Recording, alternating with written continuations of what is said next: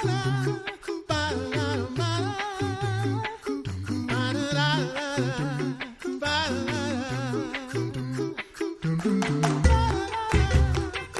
listening to The Coffee Hour. I'm Andy Bates. I'm Sarah Golseth. Thanks to Concordia University, Wisconsin for supporting The Coffee Hour. Find out more about Concordia University, Wisconsin at cuw.edu. Live uncommon. What is a gift planning advocate? Do you know, Sarah? It's a very good question. I think I know, but we're going to find out more, aren't we? Yes, because I don't know. So we're going to learn more about that. Joining us today, Josh Douglas. He's an LCMS gift planning advocate. And welcome to The Coffee Hour, Josh. Well, thanks for having me. We are excited about this time together because we get to know you, what you do, and because you're new to The Coffee Hour, that means you're subject to the lightning round. Sounds like fun. We'll save that for the second segment, though. I'm very excited. So let's learn about Josh Douglas. Before you became a gift planning advocate, and we'll learn about what that is in just a little bit. But before you came to the LCMS International Center and served for LCMS Mission Advancement, what were you doing before that? I worked with Lutheran schools across the nation. So we were in Slovakia, we were in Wisconsin, we were in North Dakota, and then my last call was down in Cole Camp, Missouri. I've been principal middle school teacher for the last 18, 19 years. So it's been good. What were you doing in Slovakia? That sounds very interesting. Mm-hmm. I was teaching at the evangelical school over in Tisovec, Slovakia. We were serving as missionaries over there. My wife and I were when we first came out of college. So it was a good trip. We loved it.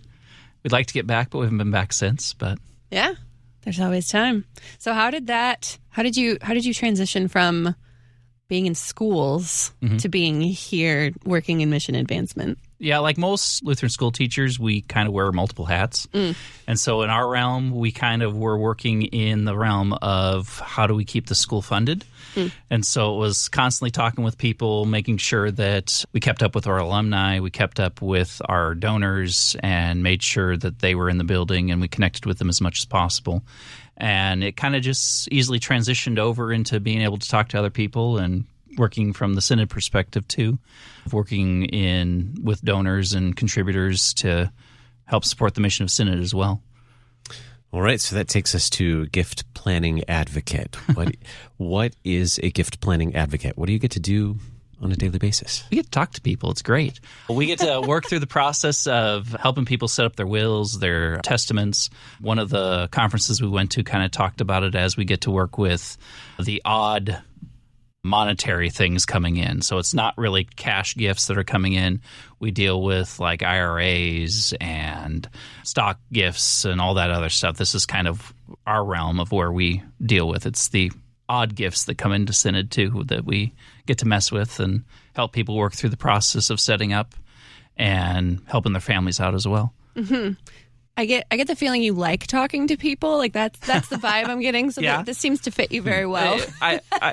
My wife has to pull me away from places, and yeah, that's part of the perk of the job. You get to talk to people and chat. It's a good day. So how do you actually do that? Working through a will. What goes into actually working through that process with somebody? We kind of sit down and we talk through the process with them. We see where their goals are. First off, we kind of want to see what they want to do, how they want to bless their family, and then how best we can also bless the church through their gifts, because they go hand in hand with us. So we'll help set up the will with them, and then also they're blessing the Synod through their will or through any of their other items that they have out there that they're working through.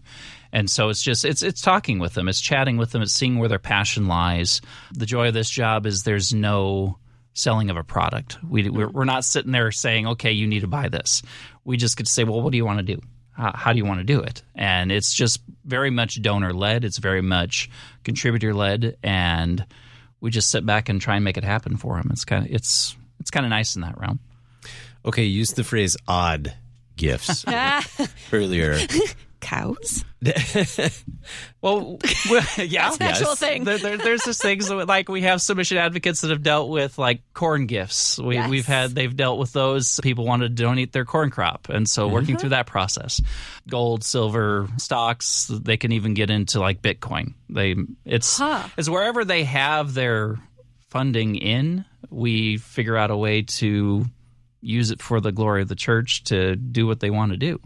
It's it's very much partnered up where they're at and how they want to do it and where they have their funding. And so we partner through that and help them make it possible. It's kind of so it could be a different thing every day, or it could be you're doing a bunch of wills over and over and over again. So if I have like a huge investment in Beanie Babies or Cabbage Patch dolls, I don't know if they're worth much, but which is really sad because I have a lot. Yes. See? Right here. It's like I baseball know. Let's cards do this too. right Those here. are kind of As a we're just 90s giving them kid. away now. Yeah. Here's a great example. Sarah has a huge investment in Cabbage Patch dolls. Hey, that's actually kind of How would the accurate. conversation begin? Well, we just kind of figure out a way to pair them up with like a specialized seller would be kind of, it's an auction house, that kind of thing. There's been people that have done like art through that process. You just try and work through them, and then we get a portion of the gift, and then the rest goes to where they want it to go. Cabbage Patch dolls are art, right? Yeah. I'm not selling my Cabbage Patch doll, but I will sell my Beanie Babies. That's a very interesting idea now that I hadn't thought about. Maybe Where did you put your them to funding? good use now. Where did you put the blessings that God has given you? That's right. Yes. How does a conversation like that even begin? Does someone reach out to you and say, I want to, I'm older. I want to start thinking about what I'm going to leave behind for my family, for my church. Yep. How does that conversation begin? Do they reach out to you? Do they reach out to someone else? Or how do you get connected with someone who might want to make a contribution in that way? With us, we deal more so in the realm of they go through our website. We have a gift planning website with the Synod under Mission Advancement. You can search for it under lcms.org. And they can send emails through that to our gift planning coordinator, Kate Ellis, and she kind of pairs us up. But also direct emails to either Mike or I. And I've been doing also some presentations around the country. And so we go into churches. We give about a 45-minute presentation during the Bible class hour. And then we set up for the next 3 days in whatever city we're in and say we're available to meet if you want to go through this process and work with us on it. And then after that, it takes between 12 and 18 months to work through a full gift plan because we set up everything for them. We answer the remainder of the questions, and we can even walk alongside them to the lawyer to get everything set up and done. And it's just kind of how they want to work through the process, because some people working through the process takes them a little bit longer. You're dealing with end-of-life thought process, and so some people really don't want to think about that. They know they should look into this stuff, but they're not willing to really dive deep into it, so it can take a little bit longer, but we'll walk alongside them and chunk it down until eventually it gets to a point where everything's set up and ready to go and they're covered and protected, and that's our goal, is just to get them taken care of. Yeah, I hadn't thought about the fact that this is a long process. Like, this isn't just a one day, I'm going to fill out some paperwork and you're done. Like, this is an extended relationship that you actually get to build with people. Yes, we get our goal is to keep in touch with these people throughout the rest of their life until they go to be with the Lord. And so when you're looking at wills specifically, you should really look at those and review them every 3 to 5 years. And so it's kind of just as things update, as things change, you go through that process and you just see where you're at that point in your life and see if there's anything you want to tweak on it and go forward with it. And we're there to kind of help them along. So we keep in touch with our people that we're working with, and then we go from there. When is an ideal time in life to start thinking about this, to start this conversation? You said, reviewing a will every 3 to 5 years, but some of us might not think about a will until maybe like 50, maybe 40s. I don't know. For us, it was when we had our first child. Yep. Only child, and thinking about that, like that's when we made sure that we established a will. But for some, it might be later in life. Some it might be earlier. When's an ideal time to initiate a conversation like this and start establishing that relationship? I would say more so life changes. You have things that happen in your life that make you think about that. Ours was we had to set something up before we went overseas for missionary work. They asked us to do that as well. But we look through that process when we have children too, because you have children's trust in case the mom and dad both pass away, then they have the capabilities to have someone take care of the kids. It's not left up to the state. And so you don't have someone that doesn't know you saying, okay, your kids are going here. It's a way in which you can have a say in what you want to have happen with your children and also with your gifts that God has given you as you go through. So really, it's on life changes. I'd recommend it for anybody that has children. Look through that process just to make sure all the T's are crossed, I's are dotted, and everything's good to go. Some states have quirky rules with it too, like with Missouri, they were talking about with us that they prefer you to have the person in state to work with, be the protector of your children. And so that kind of, you work through that process with the will, and each state has their own rules, and we hope to try and stay on top of some of it as we go through, and then go through the lawyers and make sure everything's covered.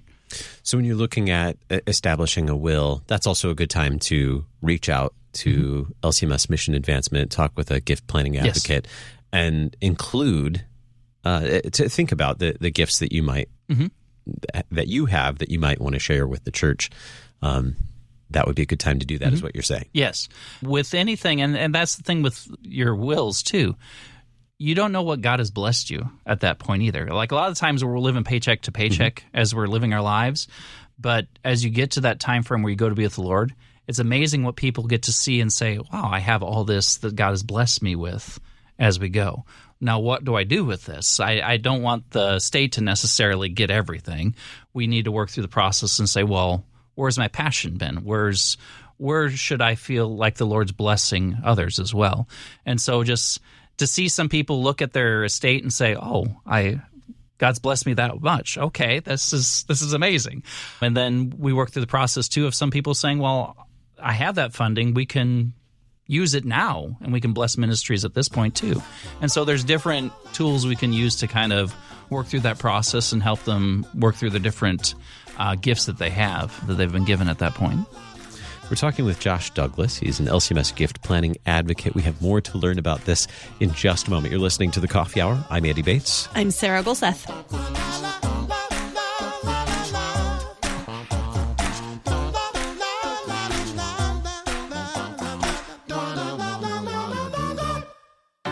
At Concordia University, Wisconsin, we believe you were created for a reason: to use your God-given gifts to help others, to live a life of self-sacrifice in a me-first world, to live a life that's uncommon. Whether you're taking one of 50-plus online programs or learning with us in person on the shores of Lake Michigan, you'll be equipped to make an uncommon impact. Learn more at cuw.edu. Concordia University, Wisconsin. Live uncommon.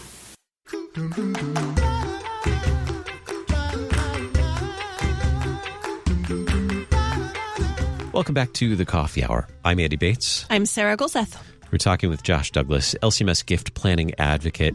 You shared some scenarios in which we might, where it would be ideal to start thinking about planning a gift, especially when we're talking about our will and an estate, thinking about making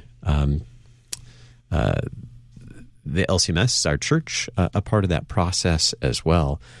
Why? And you gave some examples of, at various stages in life, looking back and looking at what the Lord has given you and giving thanks, and how we can return thanks with, establishing a gift in our will. Or why is giving joyfully an important part of this process? It's like we talk about stewardship processing. You look at this idea that God has given you all of these items.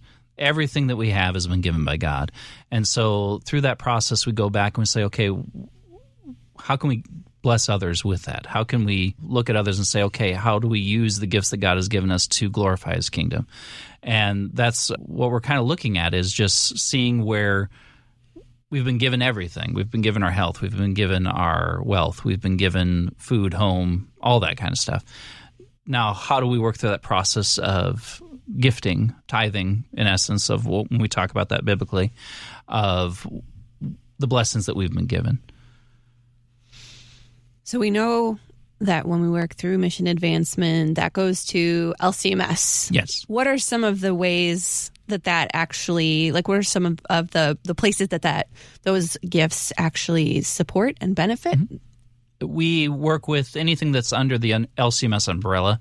KFUO as one of the options. You have International Mission, National Mission, Ministry of the Armed Forces, Soldiers of the Cross, Veterans of the Cross, anything that would fall under LCMS corporate, in essence, is what we deal with. It's anything that falls under the board of directors with the LCMS. Those are items that would be capable of donating towards at that point. So let's say I'm really passionate about Lutheran schools, and I want to include that in this conversation as we talk about my gift in the future. Can I specifically designate a gift for Lutheran school ministry? LCMS school ministry, yes. You can do a combination of both. We could set up something where you're blessing your local church or school plus LCMS school ministry. I see. But it always kind of goes hand in hand with us. So for us to come in and work with you, there needs to be something that is blessing a Synod entity as well as however you want to set up your estate. So it could be to your local church, it could be to your local schools, also your family as well. We can maneuver that as long as an LCMS entity is named someplace in the estate plan itself. Or LCMS Radio KFUO. Yeah. Yeah, we're in there too. That's right. Well, and I the Lord has blessed us for 99 years to proclaim that good news of Christ for you. If the Lord blesses, we hope to continue doing this for another 100 years. Yeah. And it does take gifts in order to do that, whether there are faithful listeners who are calling in and are going online or coming in person to make a gift and a contribution, as well as the people who have made a long-term gift or a gift from their estate as well. So walk me through this process. I go online and I express interest in doing that. What happens next? Kate would either send you over to either Mike Fisher, who covers the Western United States, or myself, if you're in the Eastern United States. And then we will give you a phone call. We'll set up a time frame where we can come meet with you personally at your home or wherever else you'd like to meet with us. And then we send out what we call a gift planning guide that kind of lays out all of your blessings that you've been given, where's your finances sitting, and then what your idea is for your estate. So how do you want to bless your children? How do you want to bless other organizations? How do you want to bless Synod? It lays all that out, and then we just kind of work through that process and set it up for you. And then we create a gift plan proposal that would go back, and we tweak it till it's finished, and then if you want us to, we can walk alongside you to go to the lawyers or your financial advisors and get that all finished up. And then our plan is to keep in touch with you at least on a yearly basis after that, just to make sure everything's where you want it to be. And we plan to walk alongside you till you go to be with the Lord. That sounds like a pretty straightforward process, and you guys are very good at what you do. So we enjoy it. Yeah, I could tell. So you mentioned that there's two of you that cover the United States. Yes. How much travel do you get to do? How many people do you actually get to meet in person? Because we learned very specifically through the last few years that meeting people in person is a very special thing. Yes. We like to be personal. It's that personal touch that you get to have with people. You get to see them where they're at. You get to see them in their element and just work alongside them and walk alongside them. I travel about probably 60% of the year, so I'm on the road on and off. I'm going anywhere. I have some presentations out in Maine coming up, northern Wisconsin next week, Florida. It just kind of depends on which congregations at this point want to meet with us or which people are ready individually to look through their estate and see where they want to go with it. So it's kind of all I'm booked pretty solid until March right now. I try and do 2 presentations a month at least, and then visiting people on and off throughout the week as we go. But yeah, any place that would like us to come out and talk and see what we can do for you, we'd be willing to come out. You mentioned doing presentations at churches and other central locations. If a congregation or another ministry is interested in inviting you, how do they go about doing that and setting up a presentation for their community? They can contact us directly through our email and through phone. We're listed through the LCMS website as well, or they can contact Kate Ellis, who's our coordinator that runs make sure Mike and I stay on task. That's kind of where we're at. But just contact directly to the Synod, and they'll hook you into who needs to be talked to, and we can go from there. Okay, so at lcms.org? Yes, at lcms.org, gift planning would be the end of it. So if you search for LCMS on Google and then gift planning, it'd pull up the website as well. All right, a brief overview. What would happen in one of those presentations? Just give us an idea of what I'm going to learn in that time. We'll go through the process. I talk about my background a little bit with it. We do some definitions on what each item means, like gift planning and planned gifts and all that kind of stuff. We work through the process of why we do this, why it's called the Blessed to be a Blessing presentation. So it's God has blessed you. How can you bless others with what the gifts you've been given?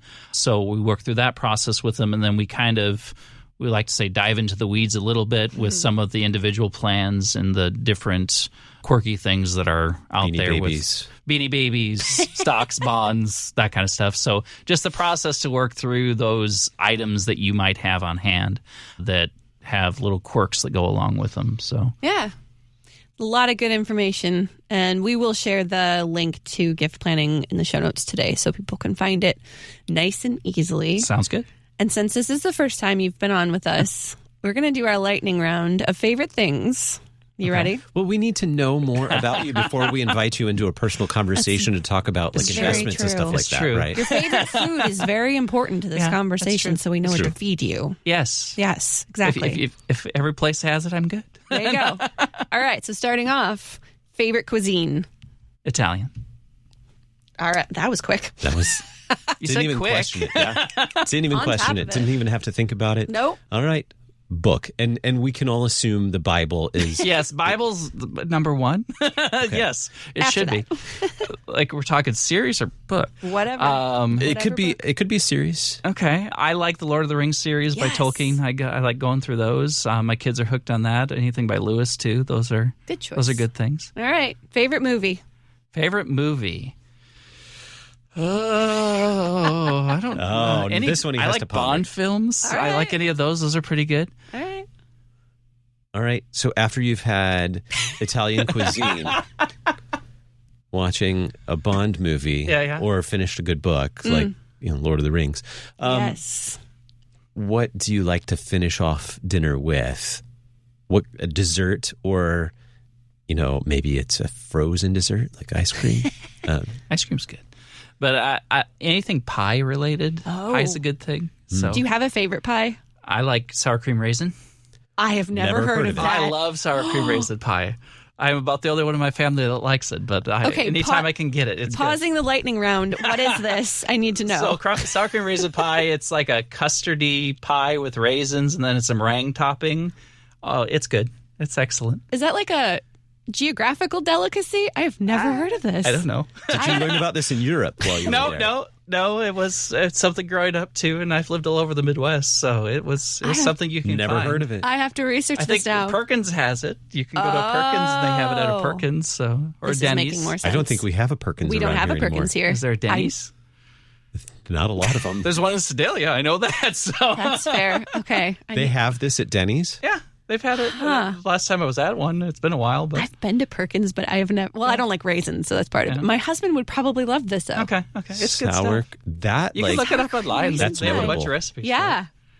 Huh. Okay. Sour cream raisin pie. I forgot whose turn is it? Mine. It's mine. Got so distracted. Favorite vacation destination? Do you take vacations? We haven't gone on much vacations. The couch. The couch is good. Homebodies, no. Like anything out west, I like going to mountains. Mountains are good. I think the last vacation we had was in Colorado. So that's anything. Mountains or water. Yeah. If you have a combination of both, that's a good day. Even better. Yeah. All right. This one's a tough one. But we learned a lot about you, about how quickly you answer this. No. Favorite office supply? Favorite office supply? I have gel pens, a specific type of gel pen that I have. The G2? The G2, yeah. Yep. And so it's always a pen. And as a Very teacher, specific. you were very particular, like specifically with grading. I'm like, okay, if it doesn't grade right, I don't like it. All right. Kind of set your day off wrong. Okay. Very good. Favorite hymn or song you sing in church?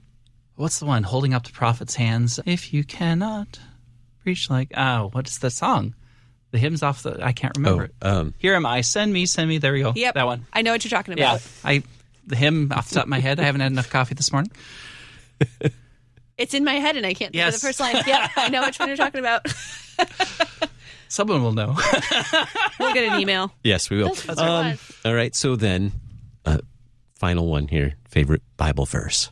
Favorite Bible verse, Galatians 2:20. For I have been crucified with Christ. It is no longer I who live, but Christ that lives in me. The word that I now live in the flesh, I live by faith in the Son of God who loves me and gave himself for me. That's been from high school. That's kind of stuck with me. All right, awesome. We've learned a lot about you today. Yep. I think we can have legit conversations then about investments and sounds good. And now we're like sharing our investments with You'll know who listened because they'll bring you gel pens. Yes. The ones you love. And sour cream raisin pie. And sour cream raisin pie. Yes, they'll be great. If you can find it. Blowing my mind. Or make it. Find a recipe. Our guest today, Josh Douglas, LCMS Gift Planning Advocate. You can learn more at lcms.org. Search for gift planning there on the LCMS website. Thanks so much, Josh, for being our guest on the Coffee Hour. It was a lot of fun. Yep. You've been listening to the Coffee Hour. I'm Andy Bates. I'm Sarah Golseth. The Coffee Hour with Andy and Sarah is a production of KFUO. To support the Coffee Hour and KFUO Radio, visit KFUO.org. You can also text KFUO to 41444 or send an email to gifts@KFUO.org. And you can call us at 800-844-0524. KFUO. Christ for you, anytime, anywhere.